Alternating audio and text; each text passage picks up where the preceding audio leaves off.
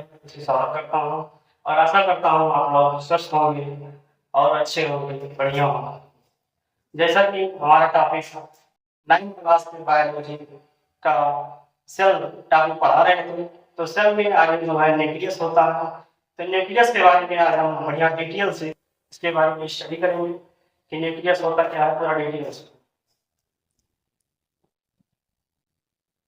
मान लीजिए कि सेल के अंदर क्या होता है, इसमें साइटोप्लाज्म फिल्म रहता है और जो साइटोप्लाज्म फिल्म रहता है ये आपके येलो कलर में होता है।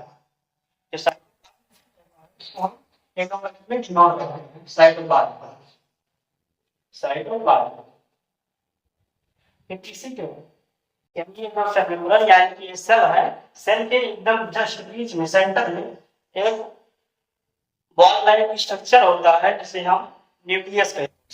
ये जो बॉल लाइक स्ट्रक्चर होता है इसमें आपके कुछ लिक्विड फिल रहते हैं। इस लिक्विड को हम न्यूक्लियोप्लाज्म कहते हैं। क्या कहते हैं? न्यूक्लियोप्लाज्म। इसको हम न्यूक्लियोप्लाज्म कहते हैं। इसमें आपको जो है कोई धातु के समान संरचना दिखाई पड़ती है और इसी चीज यानी कि न्यूक्लियस के बारे में स्टडी होता है।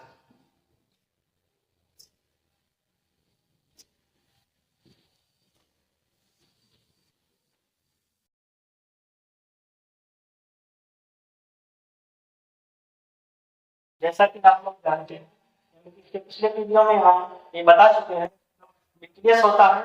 न्यूक्लियस की डिस्कवरी आपके वैज्ञानिक रॉबर्ट ब्राउन किए थे। तो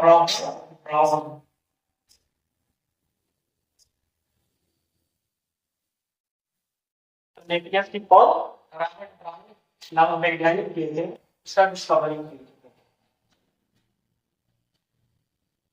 डिस्कवरी। और न्यूक्लियस को हम ब्रेन ऑफ द सेल भी कहते हैं। क्या इसको कहते हैं? ब्रेन ऑफ द सेल्स भी कहते हैं। ब्रेन ऑफ द सेल्स यानी एक कोशिका का ब्रेन होता है जिसे हम दिमाग कहते हैं। तो जैसे कि हमने बताया सेल होता है, सेल के बीच में न्यूक्लियस होता है। न्यूक्लियस को हम जूम करके थोड़ा देखते हैं। जैसे मान लीजिए न्यूक्लियस है, न्यूक्लियस में कुछ थ्रेड टाइप स्ट्रक्चर होते हैं। यह है आपका क्या? न्यूक्लियस।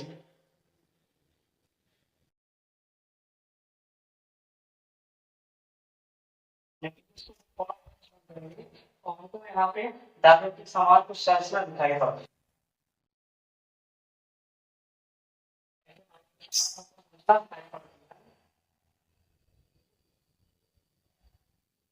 इसको और जूम करेंगे हम तो ये हमारा दिखेगा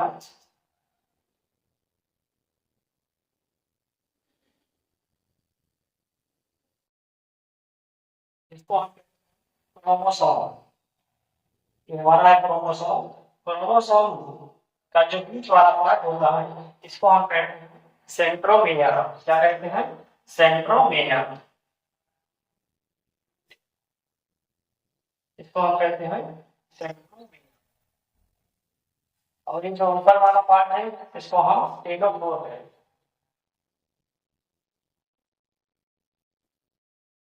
और नीचे वाले पार्ट को भी हम टेलोमेयर कहेंगे। यह हम जो है क्रोमोसोम है आपका क्रोमोसोम। क्रोमोसोम हम क्रोमोसोम तो हमको जो है इसमें से ऐसी कुछ संरचना दिखाई पड़ रही है जो धागे के समान एक दूसरे से लपेटे हुए रहता है। जो धागे के समान एक दूसरे से लपेटे हुए रहता है इसको हम बोल रहे हैं डीएनए। क्या है ये? है डीएनए।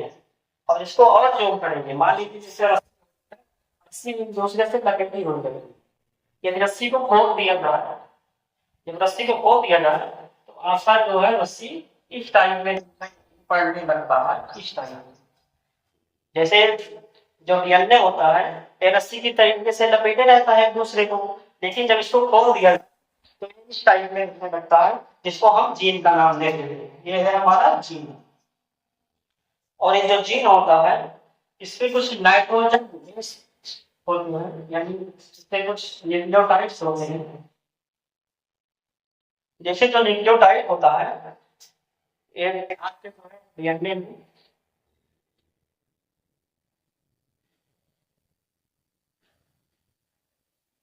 एडमिन वार्निंग होता है, और जो एडमिन होता है ये थायमिन के साथ डबल बॉन्ड से जुड़ा होता है। यानी जो एडमिन होता है वो थायमिन के साथ डबल बॉन्ड से जुड़ा होता है।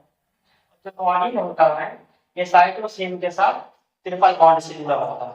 और जो ये है आपका एडमिन, एक वार्निंग है, ये थायमिन है, और ये है साइटोसिन। जो थायमिन होता है आरएनए में बात करें तो जो थायमिन होता है थायमिन स्थान पे यहाँ पे यूरेसिल हो जाता है। क्या हो जाता है? यूरेसिल। तो जैसे मान लीजिए यहाँ पे ये है जी फिर तो ए का जो हमारा कॉम्प्लीमेंट्री होता है यानी डबल बॉन्ड से जुड़ा हुआ वो है हमारा ई। यहाँ पे हम डिसाइड कर देंगे। और जो जी है ये ट्रिपल बॉन्ड से जुड़ा हुआ है, तो यहाँ से यानी कि जो बारह है जो ऊपर वाला हमारा हाइड्रोजन बेस है इसका जो है कॉम्प्लीमेंट्री होना चाहिए। और जो सी है सी का कॉम्प्लीमेंट्री जी है ये हमारा क्यों हो जाएगा। उसके बाद ये डी है डी का कॉम्प्लीमेंट्री ये हो जाएगा ए का, यानी ये है हमारा जीन। तो जो ये क्रोमोसोम होता है, क्रोमोसोम की डिस्कवरी जो है आप वेल्टर फ्लेमिंग की।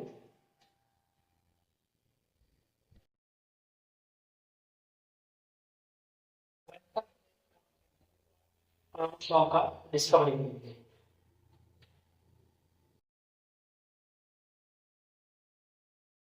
हमारा सेल होता है। सेल में जो न्यूक्लियस होता है, न्यूक्लियस जो है धागे के समान इसमें संरचना दिखाई पड़ती है। जो धागे के समान संरचना दिखाई पड़ती है इसको हम जूम करके देखते हैं तो आगे जो है क्रोमोसोम को दिखता है। क्रोमोसोम के ऊपर वाले पार्ट को टेलिफोर कहते हैं और नीचे वाले पार्ट को भी टेलिफोर ही कहते हैं। और जो बीच वाला इसका ये वाला होता है सेंटर, इसको हम सेंट्रोमियर कहते हैं। न्यूक्लियस था, न्यूक्लियस को जूम किया तो क्रोमोसोम बना, क्रोमोसोम को जूम किया तो डीएनए आता है। इसके बाद जो डीएनए होता है, डीएनए को जब खोल दिए उसको रस्सी टाइप में जो होता है तो वो आपका जीन दिखाई पड़ता है। अब जीन जो होता है जिसे कहते हैं gene is the part of DNA, यानी ये जो जीन होता है डीएनए का एक टुकड़ा होता है या खंड होता है। जीन को जैसे हम कट करते हैं, मान लीजिए जैसे माता पिता है, माता पिता के जो लक्षण बच्चों में जाते हैं ये आपके जीन के सहायता से जाते हैं। क्योंकि जो जीन होता है ये सबसे छोटी इकाई होती है क्रोमोसोम की। तो जीन जो है यानी ए अल्टरनेशन ऑफ जनरेशन, इसके जो ट्रेड्स होते हैं वो जाते रहते हैं। यानी एक पीढ़ी से दूसरी पीढ़ी में जो ट्रेड्स यानी लक्षण जाते हैं वो आपके जीन के माध्यम से ही जाते हैं। जीन को हम स्पेसिफिक साइट से कट भी करते हैं। जीन को हम एक स्पेसिफिक साइट से कट करके इसके टुकड़े को मदद करते हैं। और जहां से कट करते हैं, एक कट करने के लिए कोई कैंची नहीं होती है कट करने के लिए, यानी कट करने के लिए सीजर के सहायता से इसको हम नहीं कट करते। इसमें जो सीजर होता है वो एक एंजाइम होती है। इसमें जो सीजर होता है वो एक एंजाइम होती है जिसको हम रिस्ट्रिक्शन एंजाइम कहते हैं।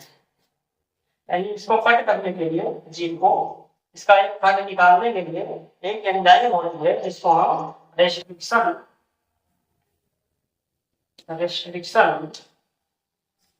एंडोन्यूक्लियर एंजाइम, इसको हम रेस्ट्रिक्शन एंडोन्यूक्लियर एंजाइम कहते हैं या इसको रेस्ट्रिक्टेड एंजाइम भी कह सकते हैं। इसके बाद जैसे हमने पार्ट निकाल दिया, यानी ये जो है हमारा ये पार्ट हो गया जीन। तो जो पार्ट होता है जीन का आगे इसको डिटेल में पढ़ने के लिए आपको पीसीआर यानी पॉलीमरेज चेन रिएक्शन पढ़ना पड़ेगा। क्या इसी याद पॉलीमरेज चेन रिएक्शन पढ़ना पड़ेगा। और जैसे कट करने के लिए हम यहाँ पे रेस्ट्रिक्शन एंडोन्यूक्लियर एंजाइम का इस्तेमाल किए थे, उसी तरीके से इसको ऐड करने के लिए यानी जोड़ने के लिए इसको जोड़ने के लिए हम जो एंजाइम का इस्तेमाल करते हैं उसको हम लाइन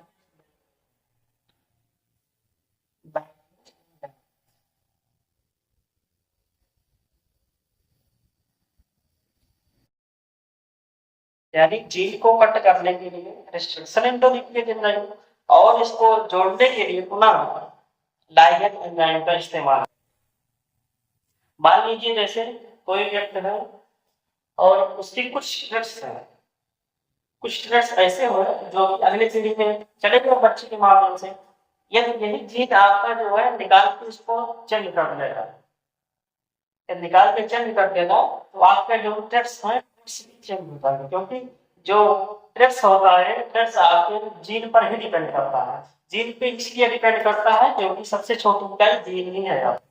जीन को हम चाहे डीएनए भी कह सकते हैं या क्रोमोसोम भी कह सकते हैं, ये तीनों नाम से हम जान सकते हैं, क्योंकि ये जीन का डीएनए का पार्ट है जीन, और डीएनए जो होता है क्रोमोसोम का पार्ट होता है। जो क्रोमोसोम होता है वो न्यूक्लियस से निकल के बनता है, और न्यूक्लियस को हम ब्रेन आर्कसेस कहते हैं। इसी रीजन से हम न्यूक्लियस को हम ब्रेन कहते हैं सेल का।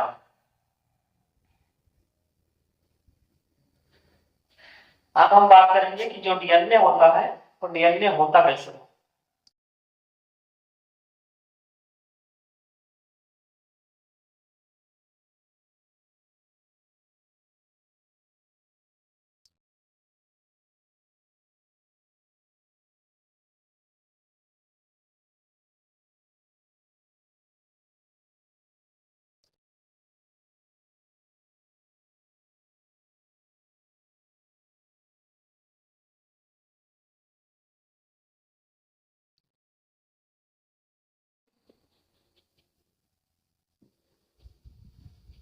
हम बात करेंगे कि जो ट्रेड्स होते हैं ये जो माता पिता के बच्चों में जाते हैं ये किस माध्यम से जाते हैं।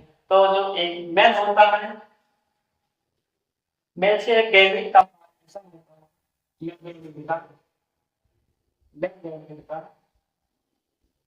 जिसको हम गैविक होता है युग्मा। तो जब मेल गैविक होता है इसको हम स्पर्म के नाम से जानते हैं, इसको हम स्पर्म के नाम से जानते हैं। और जो स्पर्म का फिगर होता है तो कुछ जो है आपका इस टाइप में होता है। स्पर्म जो होता है स्पर्म का फिगर कुछ इस टाइप में होता है, यानी पतली जैसे होता है इसका शेप। और जो स्पर्म होता है जैसे कि हम मेल के अंदर एक हार्मोन सेक्रेट होता है, जिस हार्मोन्स का नाम है एंड्रोजन। क्या एंड्रोजन हार्मोन सेक्रेट होता है और इसपे व्हाइट कलर का गाढ़े कलर में एक पदार्थ निकलता है जिसमें आपका जो है 10% स्पर्म रहता है, बाकी सब वाटर रहता है। यानी जो स्पर्म होता है एक केवल 10% होता है, बाकी उसमें 90% वाटर का बना होता है। 90% वाटर का बना होता है। अब हम आगे बात करेंगे कि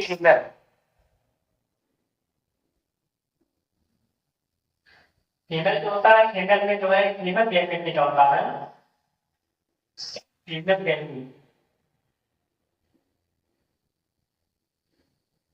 इस फीमेल गैमेट को हम एक्स नाम देते हैं। क्या कहते हैं इसको?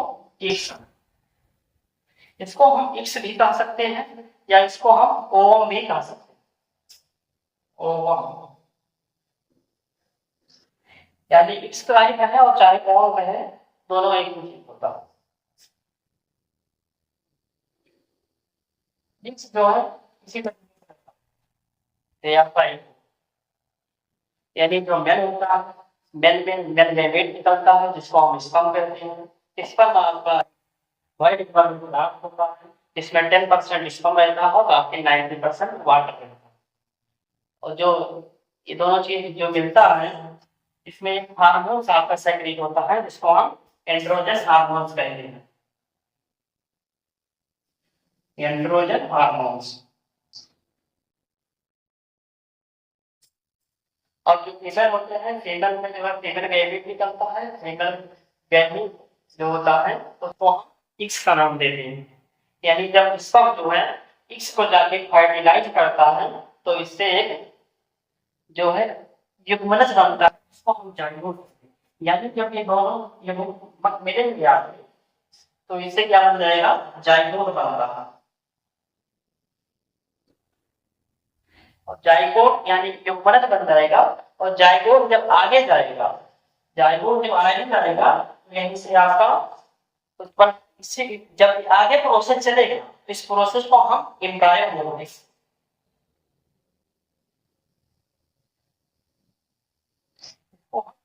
यानी युग्मक है, जब दोनों युग्मक मिला यानी ये स्पर्म इसको फर्टिलाइज किया तो वहां पे बन जाएगा आपका जाइगोट। और जाइगोट के बाद यानी जैसे बच्चे का जन्म हो गया, नहीं जैसे बच्चा मान लीजिए माँ के गर्भ में है तो वहां से बाहर जन्म बना आ जाए तब तक उस प्रोसेस को हम एम्ब्रायो का नाम देते हैं, यानी भ्रूण देते हैं। जो बात करते हैं जो डीएनए होता है, ये है आपका सिंगल स्ट्रैंडेड। जो सिंगल स्ट्रैंडेड होता है इसको हम आरएनए का नाम देते हैं। क्या इसको हम आरएनए का देते हैं, आरएनए। आरएनए जो होता है, आरएनए का फुल फॉर्म होता है राइबोन्यूक्लिक एसिड।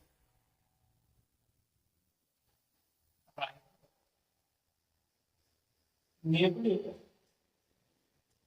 एसिड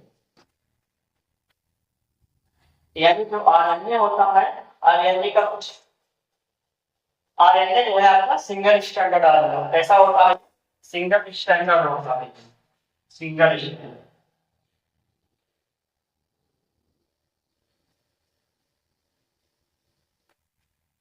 ये आपने इस बार जो 2024 में बीएड का एंट्रेंस हुआ था उसमें क्वेश्चन पूछा गया था कि जो आरएनए होता है तो डबल स्टैंडर्ड होता है कि सिंगल स्टैंडर्ड होता है कि ट्रिपल स्टैंडर्ड होता है। तो इसमें आपका जो आरएनए होता है, आरएनए आपका सिंगल स्टैंडर्ड होता है।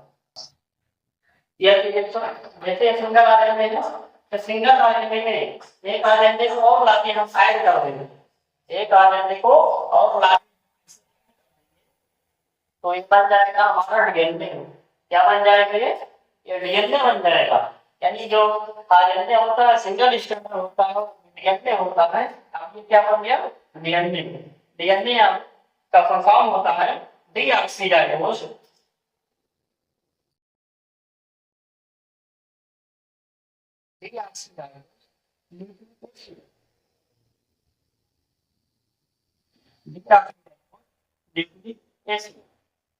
यानी जो ये डीएनए होता है, डीएनए आपका डबल स्टैंडर्ड होता है।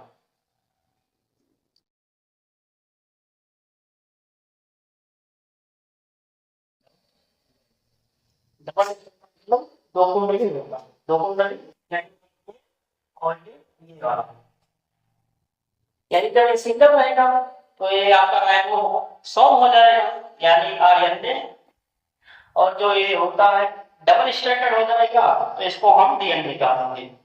और जो ये होता है ये 3 प्राइम 3 टू 5 प्राइम होता है, और ये 5 प्राइम टू 3 प्राइम होता है।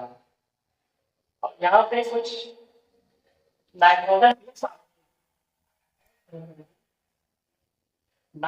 बेस जैसे कि हमने उधर बताया था कि एडेनिन जो है थायमिन के साथ होता है और ग्वानिन जो है साइटोसिन के साथ होता है। मतलब जो एडेनिन है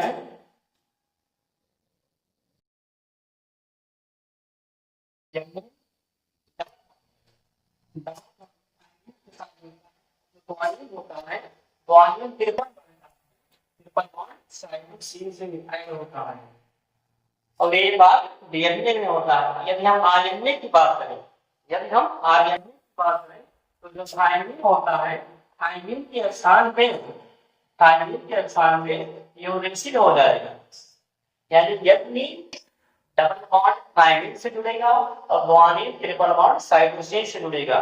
ये आरएनए की बात करें तो थायमिन के स्थान पे यूरेसिल हो जाएगा। और जो डबल स्ट्रैंडेड डीएनए होता है इसका डिस्कवरी वाटसन एंड वैज्ञानिक, यानी इसका discovery double helix model, double helix model, जो डबल हेलिक्स मॉडल होता है इसका डिस्कवरी वाटसन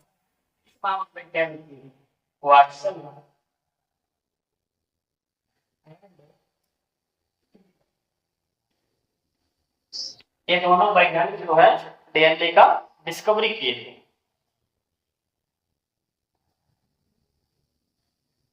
एक बार थोड़ा देखिए, यानी जब सिंगल स्ट्रैंड रहेगा तो इसको हम आरएनए कहा देंगे, और जब दो स्ट्रैंड हो जाएगा तो उसको हम डीएनए कहा देंगे। और जो सिंगल स्ट्रैंड होता है इसमें आपका यूरेसिल पाया जाता है थायमिन के स्थान में, और जो डीएनए होता है इसमें यूरेसिल के स्थान में थायमिन पाया जाता है। और डबल हेलिक्स मॉडल की डिस्कवरी वाटसन एंड क्रिक नामक वैज्ञानिक ने। और जो डीएनए होता है डबल स्टैंडर्ड होता है और आरएनए जो है सिंगल स्टैंडर्ड होता है। ये आपके कंपटीशन में पूछा जाता है, बहुत इंपॉर्टेंट है।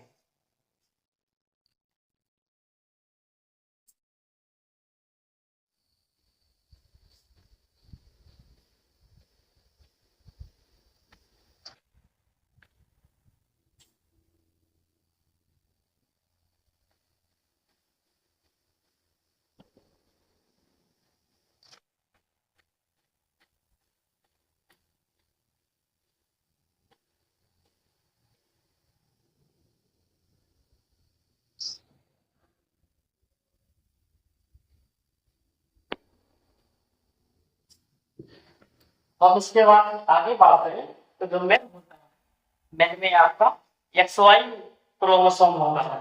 कौन सा क्रोमोसोम?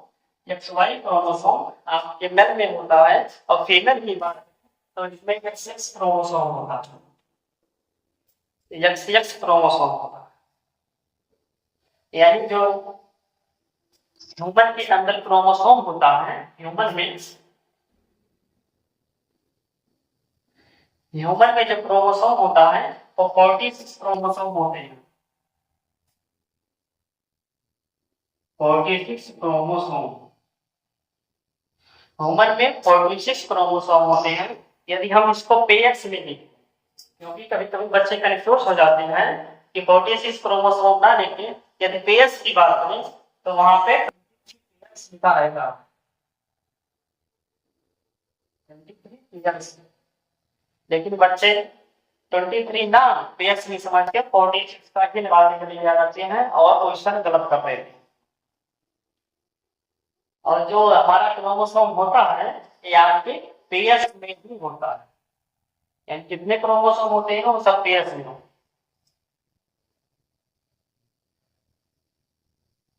और जो हमारा 46 क्रोमोसोम जो होता है इसमें जो 22 पेयर्स होते हैं, 22 पेयर्स यानी क्रोमोसोम, इनको हम ये जो हमारे 22 क्रोमोसोम होते हैं इनको हम ऑटोसोमल क्रोमोसोम कहते हैं। क्या कहते हैं? Autosomal chromosome.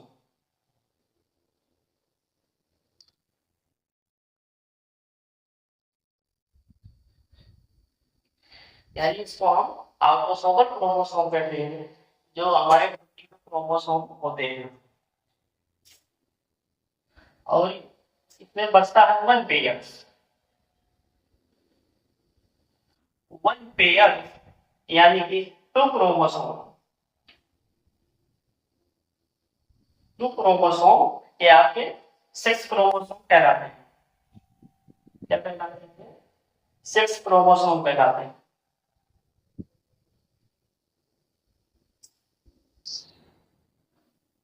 ये आपके 2 सेक्स क्रोमोसोम कहलाते हैं। यानी जितने भी ह्यूमन होते हैं, चाहे मेल हो चाहे फीमेल हो, सब में 22 पेयर्स जो क्रोमोसोम होते हैं ये एक ही हो गए, यानी मेल और फीमेल में 76 क्रोमोसोम जो है केवल एक्स वाई का होगा, एक्स एक्स का होगा, यानी एक्स एक्स जो रहेगा वो 22 पेयर्स क्रोमोसोम रहेंगे और बाकी जो 1 पेयर्स क्रोमोसोम होते हैं 1 पेयर्स क्रोमोसोम यही आपके जो है जो बच्चा होगा यानी वो मेल होगा कि फीमेल होगा, यानी लड़का होगा कि लड़की होगा, ये डिपेंड आपके मेल क्रोमोसोम पर ही ये डिपेंड होता है। जैसे मान लीजिए किसी फीमेल में जो है मान लीजिए कोई बच्चा बन नहीं रहा तो इसका जिम्मेदार फीमेल ना हो मेल होता है, क्योंकि फीमेल जो है जैसे हमारे जो 22 क्रोमोसोम होते हैं पीएस के रूप में वो सब में समान होते हैं, उसमें एक क्रोमोसोम ऐसा होता है जो डिफरेंस दिखाने का काम करता है। तो फीमेल में एक्सएक्स होता है और मेल में एक्स वाई क्रोमोसोम होते हैं। तो मान लीजिए जैसे एक्सएक्स होता है इसमें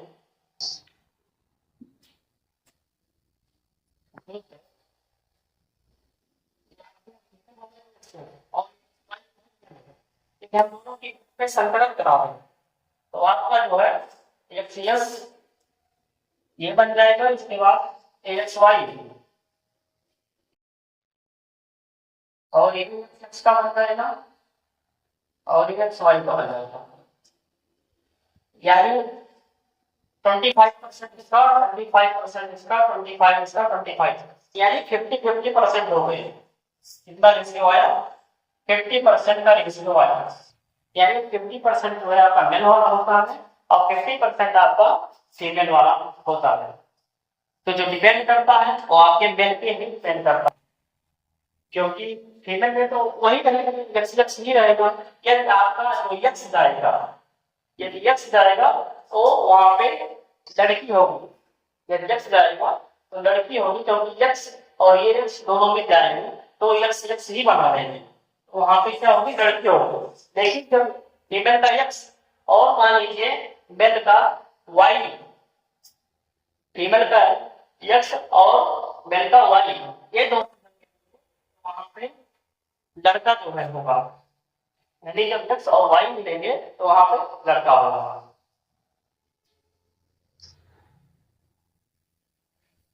और इतना मेहनत कर रहे हैं कम से कम आप लोग चैनल को सब्सक्राइब जरूर कर लीजिए, सब्सक्राइब करिए जिससे हमारा हौसला और बढ़े। इसी तरीके से और वीडियो भी हम आगे लेकर आए